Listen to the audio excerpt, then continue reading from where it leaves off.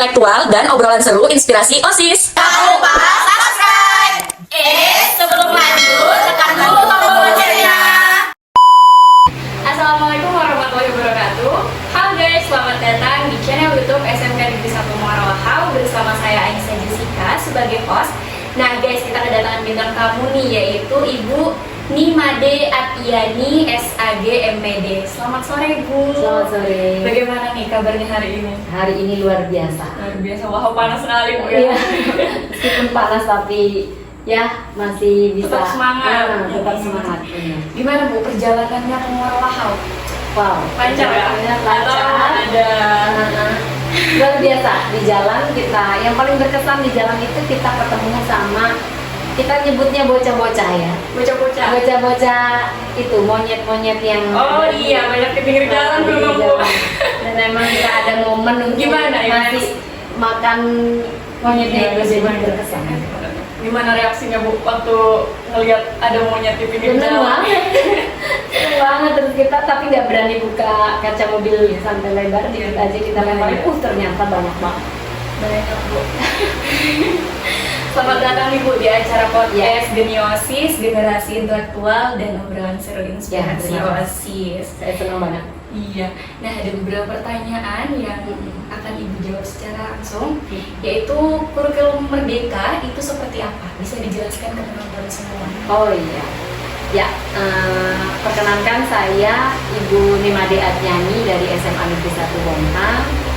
Saya sendiri adalah narasumber berbagi praktik baik dari Balai Guru Penggerak Provinsi Kalimantan Timur. Dalam kapasitas saya berbicara tentang kurikulum Merdeka ini karena saya pernah menjadi tim pengembang perangkat ajar kurikulum Merdeka di Pusat Kurikulum dan Pembelajaran Kemendikbudristek, dan juga saya merupakan penulis buku, sehingga saya punya sedikit keberanian, kepercayaan diri untuk menjawab hal-hal terkait kurikulum Merdeka. Boleh di-spill Bu nama Yes. bukunya apa tuh? Oh, Biar bukunya. teman-teman semua pada tahu kan? Iya, bukunya buku mata pelajaran. Karena di bidang saya itu bidang pendidikan agama Hindu, saya menulis buku wajib, buku teks utama mata pelajaran pendidikan agama Hindu kelas 12. Nah, itu saya jadi punya kepercayaan diri sedikit untuk bicara tentang kurikulum Merdeka. Menurut beberapa literatur yang saya baca, kurikulum Merdeka itu berfokus pada setidaknya 3 hal. Yang pertama, berfokus pada pengembangan karakter melalui profil pelajar Pancasila. Nah, itu yang menjadi ciri utama. Yang kedua, fokus pada materi esensial. Jadi materinya tidak mendalam di kurikulum Merdeka itu, tetapi waktu yang banyak yang tersedia digunakan untuk pengembangan karakter. Karena kenapa mengembangkan materi esensial? Karena ada project, nah, P5 ya, ada P5 yang jadi ciri. Bagaimana P5 ini kok bisa masuk? Apakah tidak mengurangi jam pelajaran? Nah, itulah sebabnya kenapa materi itu dibuat hanya materi esensial, yang penting-penting, yang memang harus dikuasai oleh anak-anak SD, SMP, SMA, SMK. Kemudian berikutnya lagi yang menjadi ciri utama di kurikulum Merdeka adalah fleksibel dalam perencanaan. Jadi ketika menyusun perencanaan pembelajaran, proses pembelajarannya itu mengedepankan fleksibel. Jadi kefleksibelan inilah bentuk merdeka belajar. Nah, jadi orang boleh mau menambahkan hal-hal baru, cara-cara baru dalam belajar, itu boleh. Nggak kaku lah. Iya. Lanjut Bu, apa inti dari kurikulum Merdeka? Nah, itu tadi seperti saya cerita, inti dari kurikulum Merdeka adalah karena kurikulum Merdeka ini kan bagian dari kebijakan Merdeka Belajar. Kurikulum Merdeka ada di episode 15 dari kebijakan Merdeka Belajar. Jadi menurut Bu Made, kurikulum Merdeka itu intinya ada pada Merdeka Belajar. Seseorang yang merdeka belajar berarti punya joy of learning. Joy of learning itu maksudnya kesukaan, kesenangan, kenikmatan dalam belajar, kebahagiaan dalam belajar. Jadi tidak ada lagi harapannya, tidak ada lagi tekanan-tekanan, dan tidak ada lagi kejenuhan yang menciptakan, membuat energi murid-murid itu malah dialihkan untuk yang lain karena dia tidak nyaman, gitu. Bosan kan? Bosan. Kalau tujuan program Merdeka Belajar itu apa sih, Bu?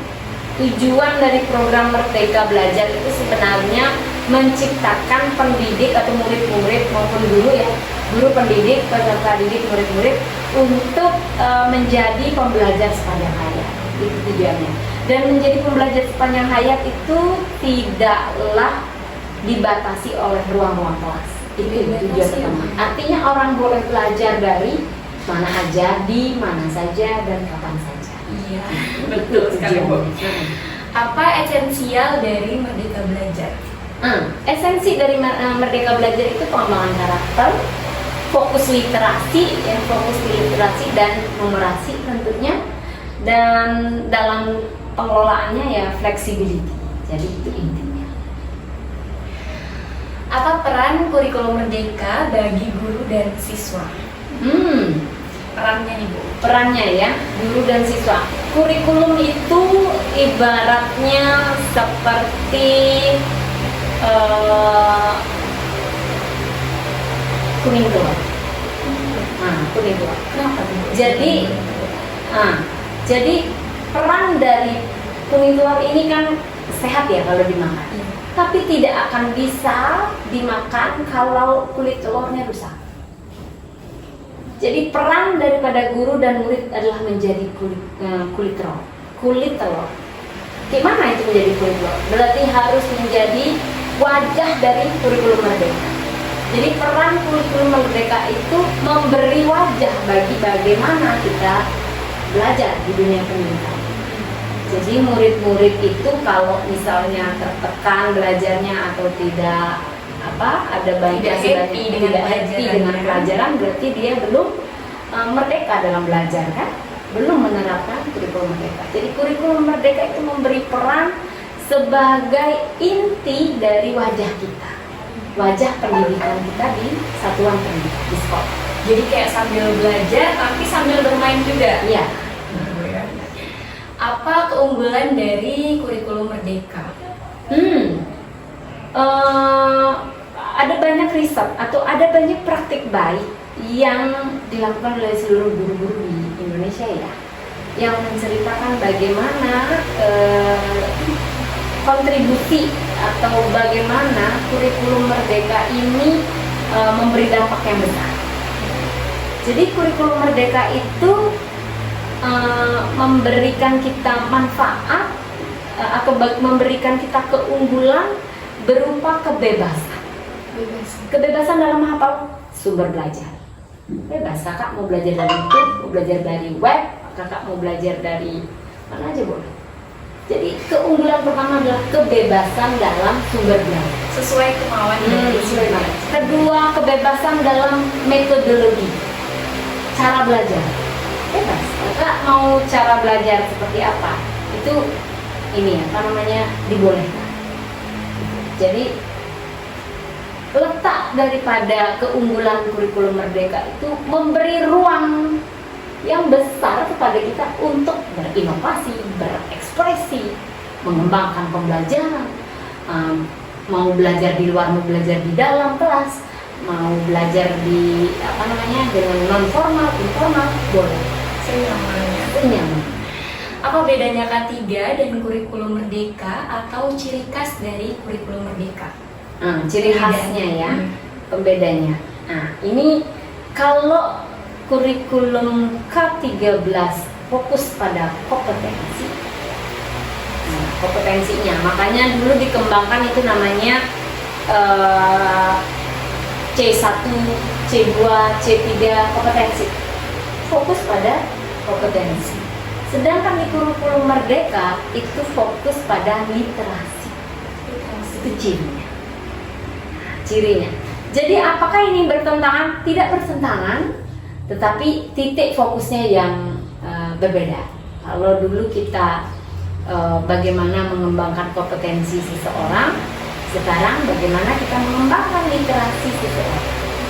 Karena dunia mulai berubah sekarang kan, jadi literasi sangat dibutuhkan. Kalau dulu kita koran, siaran TV, itu kita disajikan informasi, diberi. Kita duduk-duduk di rumah santai minum teh, orang-orang mengantarkan koran, kita baca. Itu dulu. Sekarang ada orang ngantarin koran? Enggak. Tidak. Sekarang bagaimana cara orang mendapatkan informasi? Mencari. Mencari. Karena kita dunia sekarang trennya itu mencari informasi, bukan disaji ya, disiapkan informasi, maka cara orang belajar pun berbeda.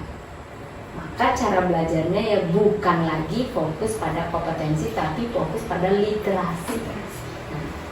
Mengapa kurikulum merdeka dikatakan kurikulum nasional?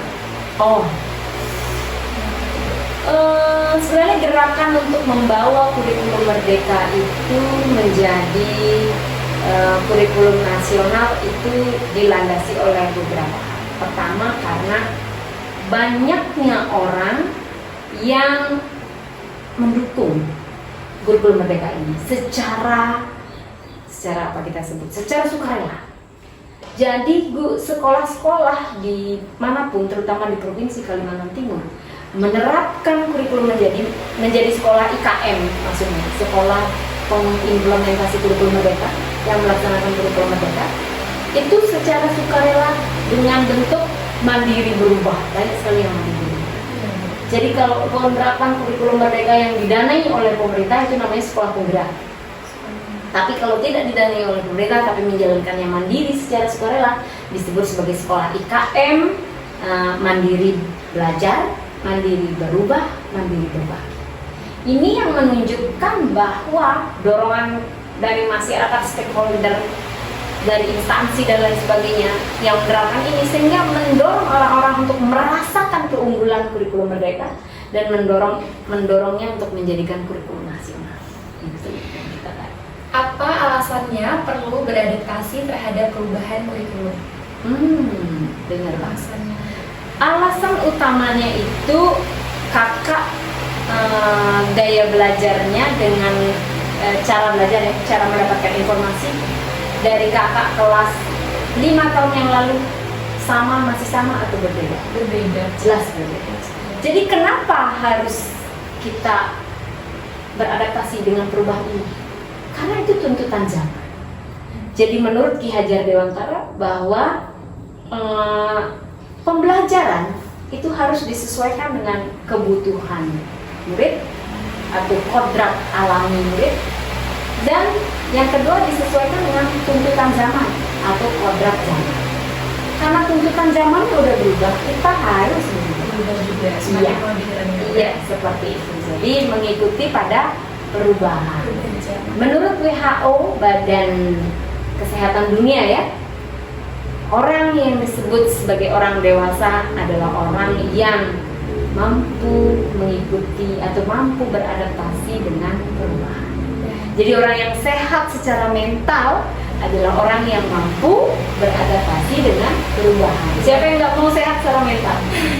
Semua orang mau sehat secara mental. Jadi semua orang harus beradaptasi dengan perubahan. Itu. Ada nggak Ibu cerita unik atau mengesankan ketika mengimplementasikan kurikulum merdeka? Pasti. Di setiap sekolah itu pasti punya banyak banget cerita unik. Karena apa? Baru sejak ada kurikulum merdeka, baru kita yang namanya tahu proyek P5. Dulu ada nggak P5? Belum ada. Ada proyek khusus yang diberikan temanya bersifat given, artinya ditentukan oleh pemerintah, kemudian secara teknis kita menjalankan. Kesan uniknya adalah kita boleh belajar di luar, kita boleh datangkan narasumber dari luar, tidak melulu guru adalah satu-satunya sumber belajar. Kalau ada masyarakat profesional boleh datang ke sekolah untuk mengajarkan, misalkan dari lingkungan hidup datang ke sekolah untuk mengajarkan bagaimana memilah sampah, bagaimana membuat kompos dan seterusnya. Itu terbuka dilakukan hal seperti itu ketika ada proyek P5 agar murid-murid tidak bosan juga. Iya, itu dia kesan unik yang ada di kurikulum merdeka. Dan saya rasa setiap sekolah yang menerapkan P5 itu merasakan keunikan karena belum pernah ada proyek yang dikelola oleh setiap angkatan gitu, setiap murid. Oke guys, beberapa pertanyaan dari saya telah dijawab secara langsung oleh Ibu Nimade Atnyani, SAG MPD. Terima kasih ya Bu telah Terima kasih meluangkan banyak. waktunya di acara podcast Iya. SMK Negeri 1 Muarawa. Terima kasih Bu. Kelasnya bagus. Ya. Semoga lain waktu bisa meluangkan Ya. waktunya lagi di acara podcast SMK Negeri 1 Muarawa. Ya, semoga podcastnya SMK 1 Muarawaho sukses terus ya. Iya, amin. Semakin menginspirasi masyarakat Muarawaho dan juga Indonesia. Ya, amin. Oke, see you next video. Bye bye. Bye.